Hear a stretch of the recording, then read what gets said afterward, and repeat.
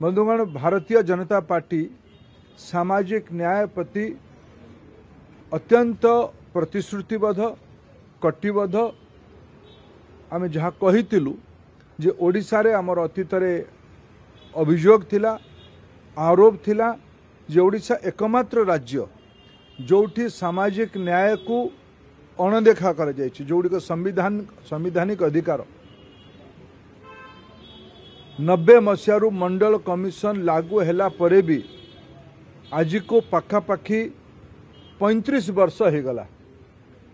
ओडिशा रे लंबा समय जो माने विशेष करके बिजु जनता दल और कांग्रेस दल उभय ये 35 वर्ष रे शासन दायित्व रे थिले। मंडल कमिशन रे परामर्श थिला जे पछुआ जातिर समाज रो बंधु मानकू संवैधानिक अधिकार स्वरूप पाठ पढ़ारे और चाकरी रे प्रो अफर्मेटिव एक्शन रिजर्वेशन देबा पाई। भारत वर्षर एकमात्र राज्य ओडिशा जोथिरे कि एससी बीसी तालिका को ग्रहण करा जाउ नथला।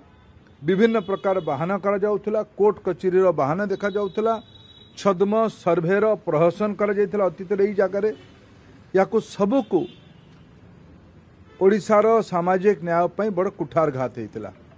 आमे निर्वाचन पूर्वर प्रतिश्रुति देइथिलु जे भारतीय जनता पार्टी रो डबल इंजिन सरकार ओडिशा रे हेले आमे ये विसंगति को आमे ठीक करिवु।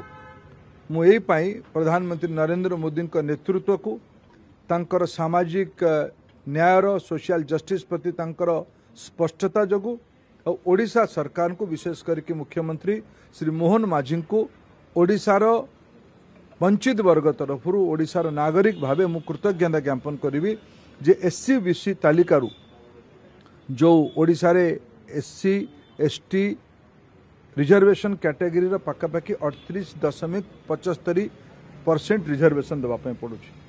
सुप्रीम कोर्ट रो गोटे सीलिंग अच्छी 50% भितर रिजर्वेशन रहिबो आउ 11.25% रिजर्वेशन बढ़ुला। तत्कालिक याकू रिजर्वेशन दिया जिबार व्यवस्था राज्य सरकार करिथिबारु डबल इंजिन सरकार करिथिबारु श्री मोहन माझी को मु तांगर टोटल कैबिनेट को पूर्णांग कैबिनेट को कृतज्ञता जनाऊँगी, साधुवाद जनाऊँगी, धन्यवाद जनाऊँगी। मो पाखे जहाँ खबर अच्छी मुझे खबर कागज पढ़ी बुझिली एटा हायर एजुकेशन इंस्टीट्यूशन रे ये रिजर्वेशन लागू हम।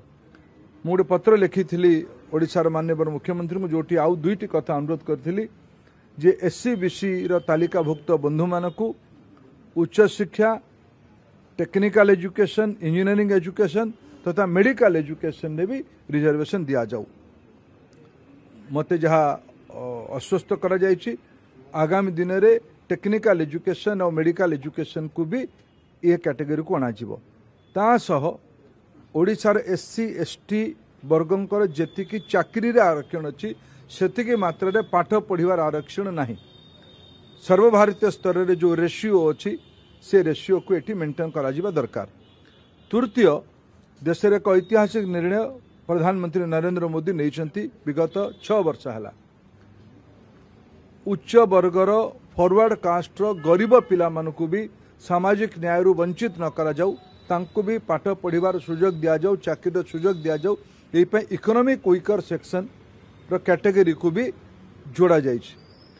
गत दिन मानक जो मान हाथ में विगत 6 वर्ष दायित्व रही विशेष करके 2024 पर्यंत से माने केवल नरेंद्र मोदी को श्रेय जीव ये ईर्षा रे ओडिशा रे अपर कास्ट फॉरवर्ड कास्ट गरीब पिला मानकू भी तांको अधिकार वंचित करथिले। याकू भी मु अनुरोध करछि श्री मोहन माझी को पत्र लिखिकी जे यही तीनोटी विसंगति को भी आपण पूर्णांग पूरा ठीक करंतु। आपण आरंभ काम करिसंती, भल दिगरे काम आरंभ होईछि, भल मन रखी करिसंती। या पई मु साधुवाद देबा सह धन्यवाद देबा सह आरो व्यवस्था गुडी को खूब शीघ्र जोड़ीबार अपेक्षा रखुछि।